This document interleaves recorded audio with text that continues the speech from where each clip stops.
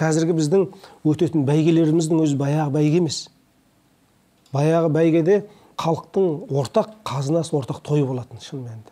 Өйткені 100 ат бәйгеге шабатын болса, соның 40-ына бәйге береді. Сол 40 адам даяғашы болып ұстайды. Ол мына ауылдың ішінде қадыры бар, бірақ енді кішкене қабырғасын жабардай дүниесі кішкене кемшін, немесе көңілінде бір кірбің бар, бір жақыны қайтты ма екен, қайтыс болды ма екен. Әйтеуір соның барлығын емдеп елдің алдында ана беделін көтеріп, сол бәйгеде олар даяғашы болып ана келген аттарды бірінші, екінші, үшінші аттардың тізгінін ұстап, сол иесін алып келеді. Иесін алып келген кезде бұл мынандай даяғашының өзінің бәйгеден үлесі болады. Ол ана бәйгенің қасына қосылып бірге жүреді.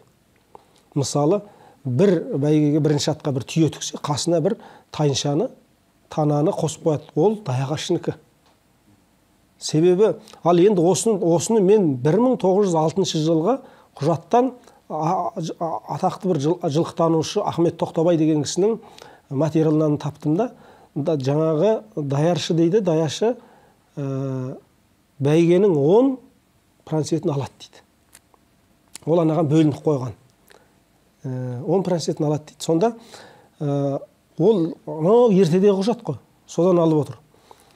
Сонда бұл даяғашының өзінің үлесі.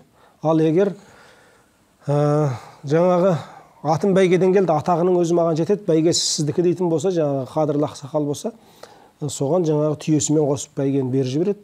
Ол мына кісінің аты бәйгеден келді, мынау даңқы солай кетті, бәйгесі мына кісіге кетті.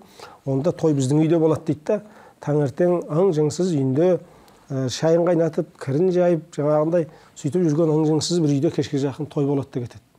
Той әр үйде осылай жалғасып кете береді. Сонда жаңағы 40 үйде, бір үйде той болғаннан кейін, соның бәйгесін атын ұстаған 40 үйде той болып жатады деген секілді.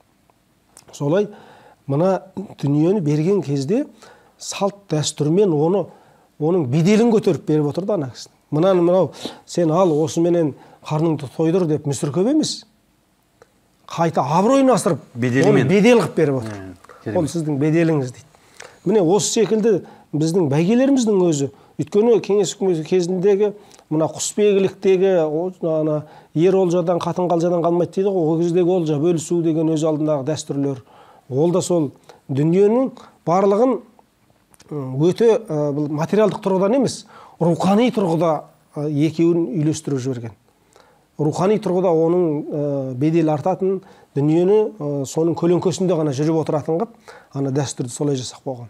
Сол кезде ешкім бір қайыршылық қалде, мүсіркеулік қалде болмайды. Бірақ жаңағындай салт өзі автоматты түрде соның барлығын өз реттеп отырады. Егер салтты орындасаңыз, ары қарай соның барлығы ретіне келіп отырады.